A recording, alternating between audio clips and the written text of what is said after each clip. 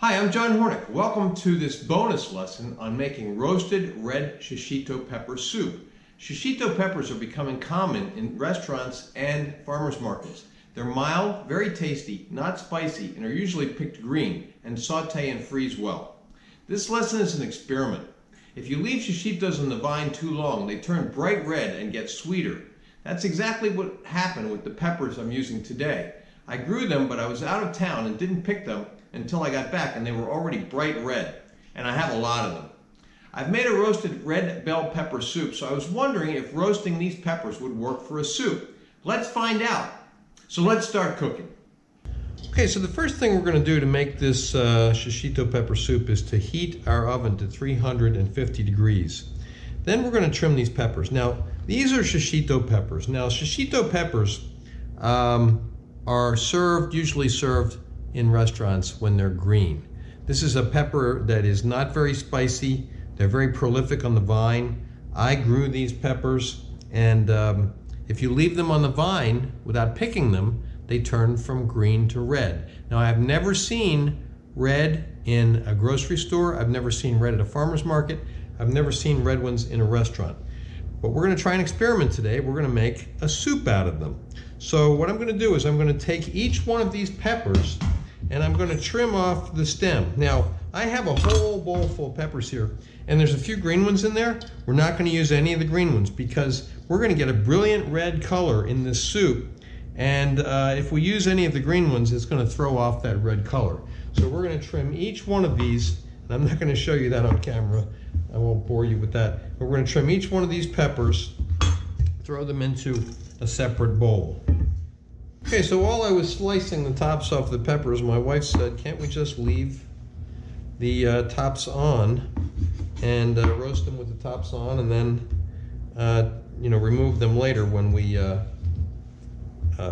put them through the strainer? And the answer to that is, well, I don't see why not. So what we're going to do is we're going to trim the tops off of about half of them and leave the tops on about half of them, and see how that works out for us.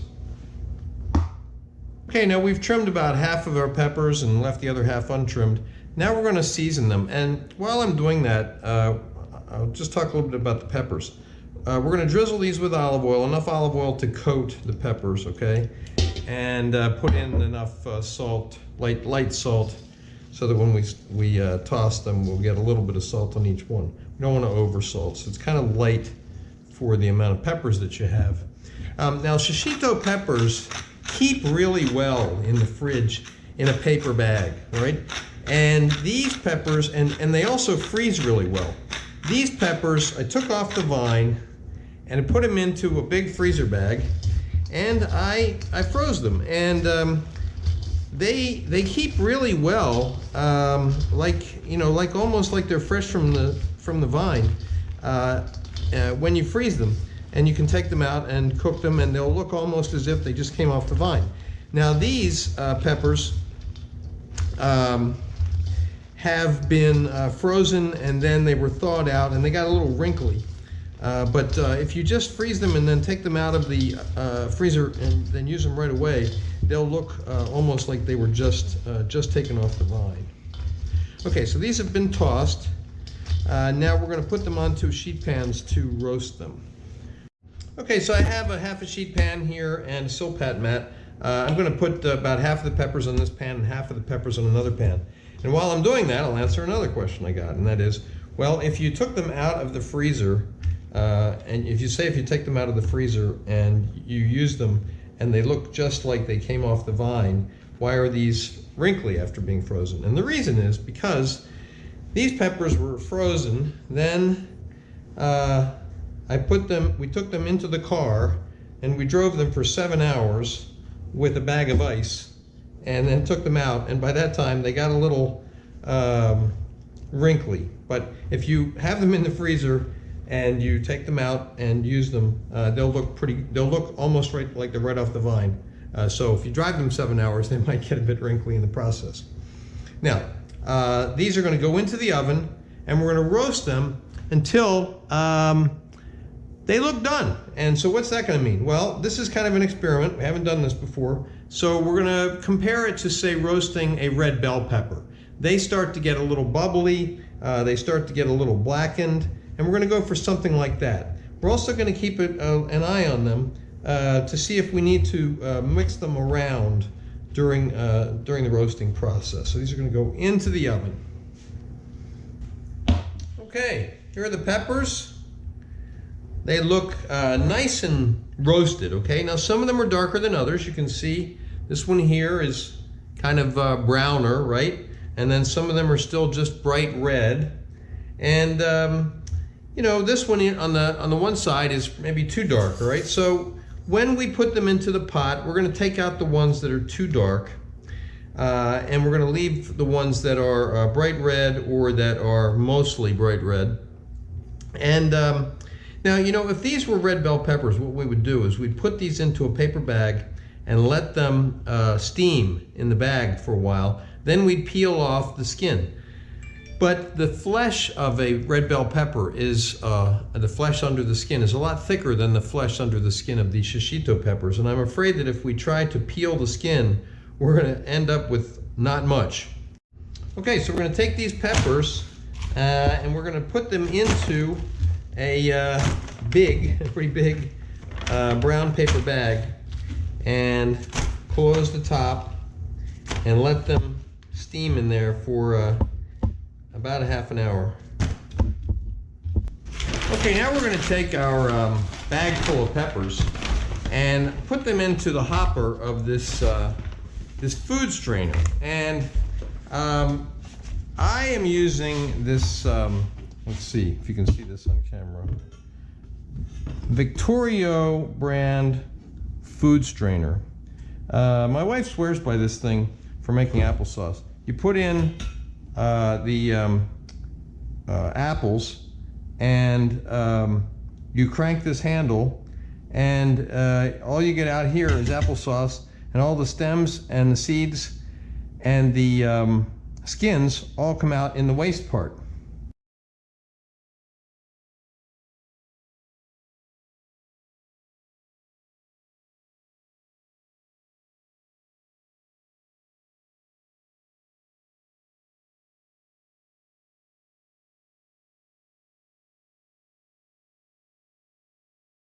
Okay, now we've gone through all of the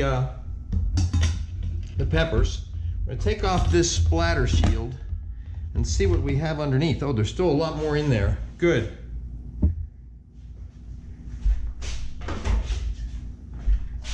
Now I want to take this off of the screen.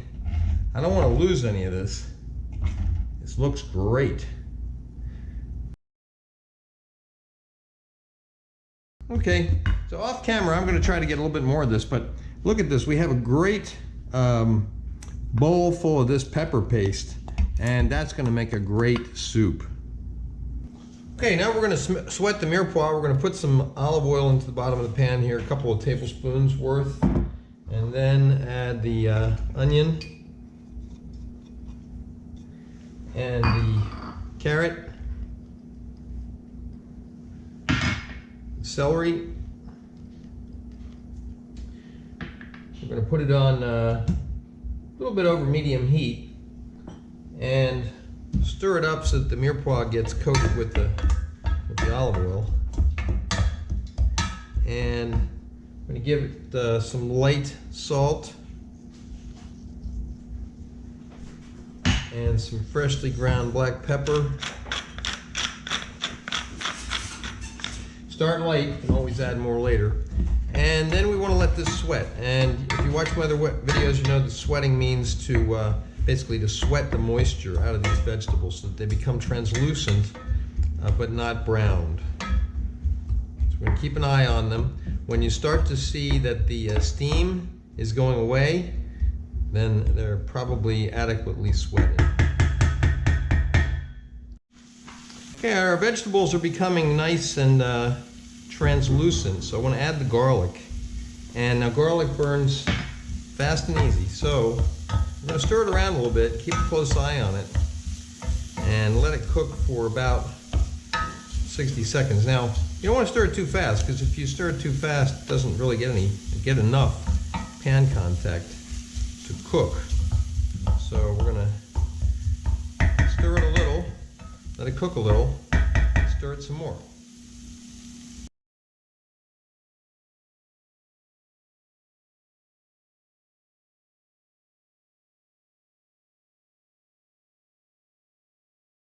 Okay, now we're going to deglaze with white wine or dry vermouth. Probably about, that's probably about a quarter to a third of a cup. Doesn't have to be exact. And we're going to let that reduce until it is almost dry or just wet. All right, the white wine is pretty much evaporated. I'd say it's just wet now. We're going to add the pepper paste, the Shishito pepper paste. I'll tell you, this stuff is beautiful. And I'm going to try to get it all out of the pan here. I don't want to waste any of it. I don't want to lose any of it. And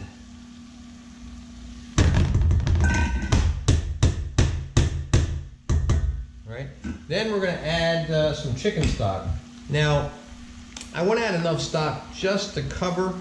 But since this is kind of all in kind of a lump, I'm going to spread it out a little bit and then add some chicken stock and stir it around a little more. I want to get enough to cover the paste, but not much more than that, because I don't want it to be too soupy. We can always add more later.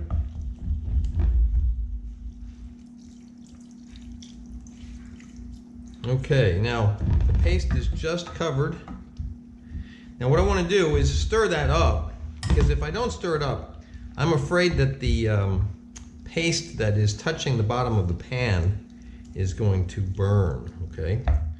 And I can see by stirring it up that it's too thick to be a soup, right? This is going to be a soup. So we're going to add some more chicken stock to it, make it a little what? Soupier, all right? Then we want to bring this to a boil. Bring to a boil means just starting to get boiling bubbles, and once we start to get those boiling bubbles, we're going to reduce the heat and let it simmer. I'm going to add a little more stock because it's still too thick to be a soup.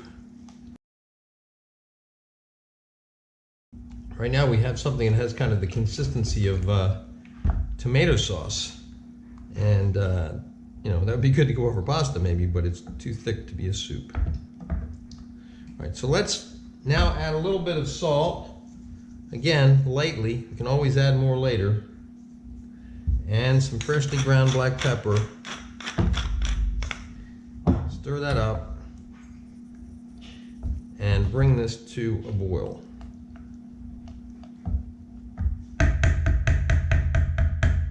All right, I'm just starting to get some bubbles here, and this is still too thick to be a soup. So we're going to add some more stock to it. Stir it up. And I'm going to let that just come to a boil. All right, I'm starting to get some bubbles here, and this is still probably thicker than I want it to be a soup, but I'm going to go ahead and let it simmer for a while, and then we're going to puree and strain it, and then I can always thin it later. All right. So what I want to do now is reduce the heat down to simmer, and let this simmer for about 10 minutes. Okay, I've put the soup into the blender, and now we're going to puree it.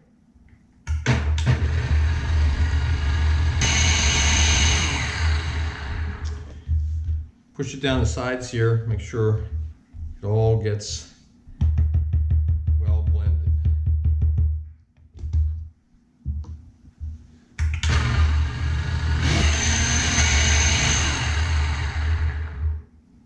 Okay, now we're going to strain it, and I'm going to strain it back into the same pot that it was in. I just rinsed that pot out, and now I want to get all of this out of the blender container,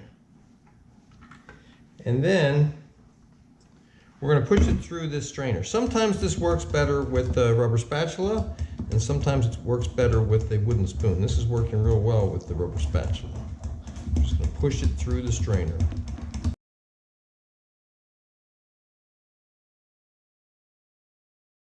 Okay, now I'm going to rinse off the bottom of the strainer so that I can, rinse off the bottom of the spatula so that I use the spatula on the bottom of the strainer, and that way I won't lose any of the soup mixture.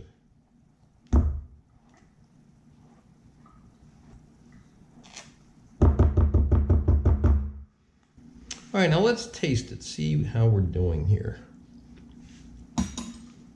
Now right now it tastes kind of like a tomato sauce, and it's a little on the bitter side. So I'm gonna add some date syrup and see what that does. And you could use sugar, you could use honey, although honey is a little bit bitter in itself, so adding honey might make it sweeter.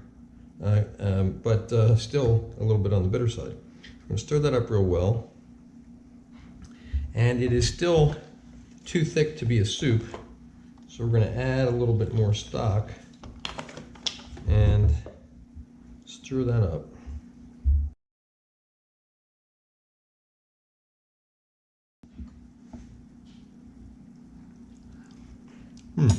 Okay, I think that's tasting really good. I think that's going to be good with the cream garnish. I am going to thin it just a little bit more, and you might notice that I'm using store-bought chicken stock. Usually I make my own chicken stock for my course and for my channel, but as I was about to make this today, I realized that I didn't have any, and I always keep some of this on hand for emergencies. It's the Swanson chicken cooking stock, unsalted. Unsalted is very important. You don't want there to be any salt in stock, because when you reduce it, it just concentrates the salt. Okay, now I've plated up the soup, and this soup, I think this soup could be served either cold or hot. It can be used as a soup. I think it could also be used as a sauce. And I had a friend taste it, and he said, I think you could even use it as a dessert. And the reason is because we're going to garnish it with the whipped cream. Now remember, in the description, it calls for some whipping cream that's been whipped up, and then you add some hazelnut liqueur to it, or frangelico. And we're just going to garnish it with that cream, and that's it. That's the finished dish. You can see photos of the final dish at my Instagram, which is @ChefsApprentice, Cook Like a Pro. Please remember to subscribe to my channel, and thanks for watching.